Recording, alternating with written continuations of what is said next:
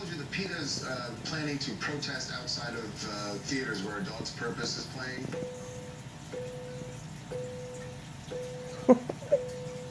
Is going to be and what they think not only about the video that we've shown you, but about PETA's plans. And as we were telling you the story at the beginning of the show today, we got a call that Gavin Vallone, the executive producer of the movie, wanted to come on and give their side. And Gavin joins us right now. Gavin, welcome to TMZ Live. Thank you very much for having me on your show. I appreciate it. So, Gavin, I'm curious your reaction to the video. Well, I understand the reaction to the video. I had a horrified reaction to the video. I wasn't on the set that day, so I didn't know any of this. And the video is extremely disturbing. But I also knew that it had been edited in such a way that I couldn't see exactly what had happened. And I knew something must be wrong. So then subsequently, I wanted to do my own investigation. I'm a person who loves animals. It's the only reason why I wanted to make this movie, because this movie is about the love of animals. And the idea that any animal would be put under distress it goes against everything I'm about. After looking at other footage shot on that day, including of that particular point in time, I could see that the video that you ran was highly edited, zoomed in on, and is kind of misleading about everything that happened. That said, no animal whatsoever should be put under stress like the dog was for the 40 seconds that the trainer was trying to get him to go in the water.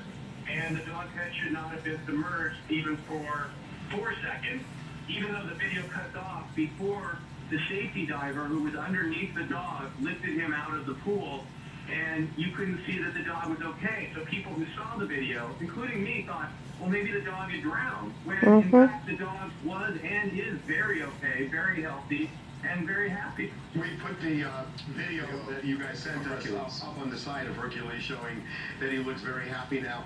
And look, Gavin, I will say that when we did the story, we checked around a lot, and we've heard of no other incident during the entire filming where anything like this happened. That said, what's your reaction to what PETA is doing now? Well, first, I think that I have to take responsibility for one thing, which is I knew that AHA, American Humane, is not an adequate protector of animals on set. There have been other problems in the past. It is the standard, and every studio movie that has animals in it has American Humane there to protect the animals. They failed. It should have been stopped immediately as soon as the dog didn't want to go in. What happened was the dog had been trained to do the escape from the other side, and then when it turned out that the dog didn't want to do it from the side that he was asked to do it on, they went right back to it.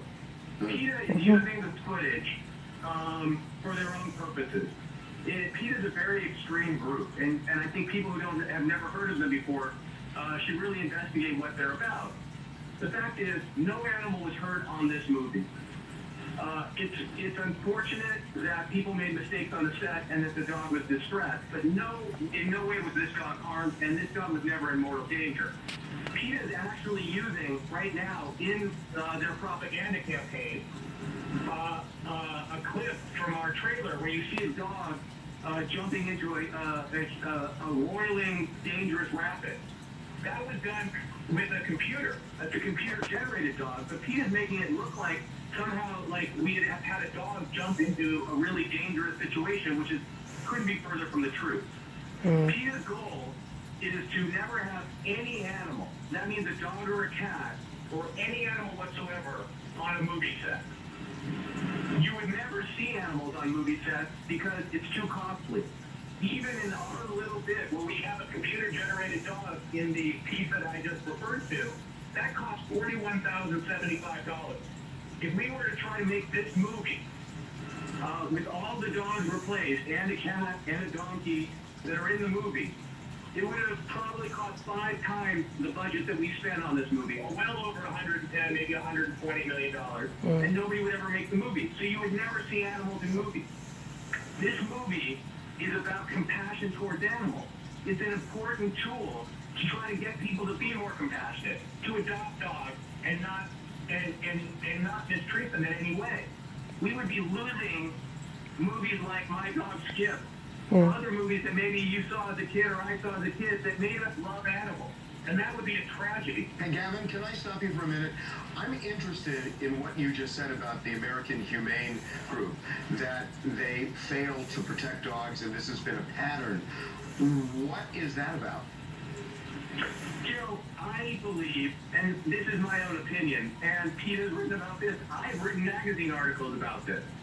I don't believe that they're independent enough from the studios, and they don't really take a stand against any kind of abuse. There was an article in the Hollywood Reporter, I think in June, about a movie that intentionally killed 5 buffaloes for the movie. I mean, that's horrible. Animals were killed. I don't know why PETA didn't step in and make a big deal of it, but American Humane was on that movie. They did nothing. So you're saying essentially that they get their pockets lined and therefore they don't speak up. Yeah. I'm trying to figure it out, but I would believe that that's part of the reason. One thing that we know is That's exactly they've been it. effective. If you go back to the TV show Lost, you might have even done a piece on this where I think a couple of horses died. American Humane was on that movie too. So, Gavin, what, I know you said, and I appreciate the fact that you owned up to and said that you wanted to take responsibility for the fact that you knew AHA was there and that they're ineffective. What precaution would you have taken, and the next time you make a movie with animals, what precaution would you take? Well, I want to use all of the publicity that has been generated, that you helped generate, to try to take a stand to start a new organization that is not paid directly by any studio, but paid by the Motion Picture Association, to be on the set and protect animals, to be completely impartial, and to have the power to stop any production the second any animal is put in any kind of stress or danger.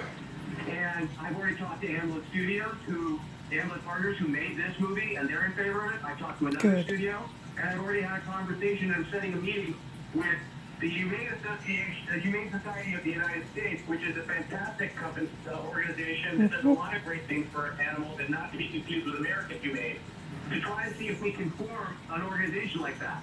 Probably 5 years ago, I went and had a meeting with PETA and said, let's work together to replace American Humane, who's not doing the job, and they rejected me. And they rejected me because they just want to take this extreme position, which will never happen. Okay, Gavin, thank you so much for the time. Thanks, guys. I'm a big fan of your show. Thank you. Thank you, Gavin. Okay, we'll take a break. All right, when we come back, Iggy Azalea and French Montana.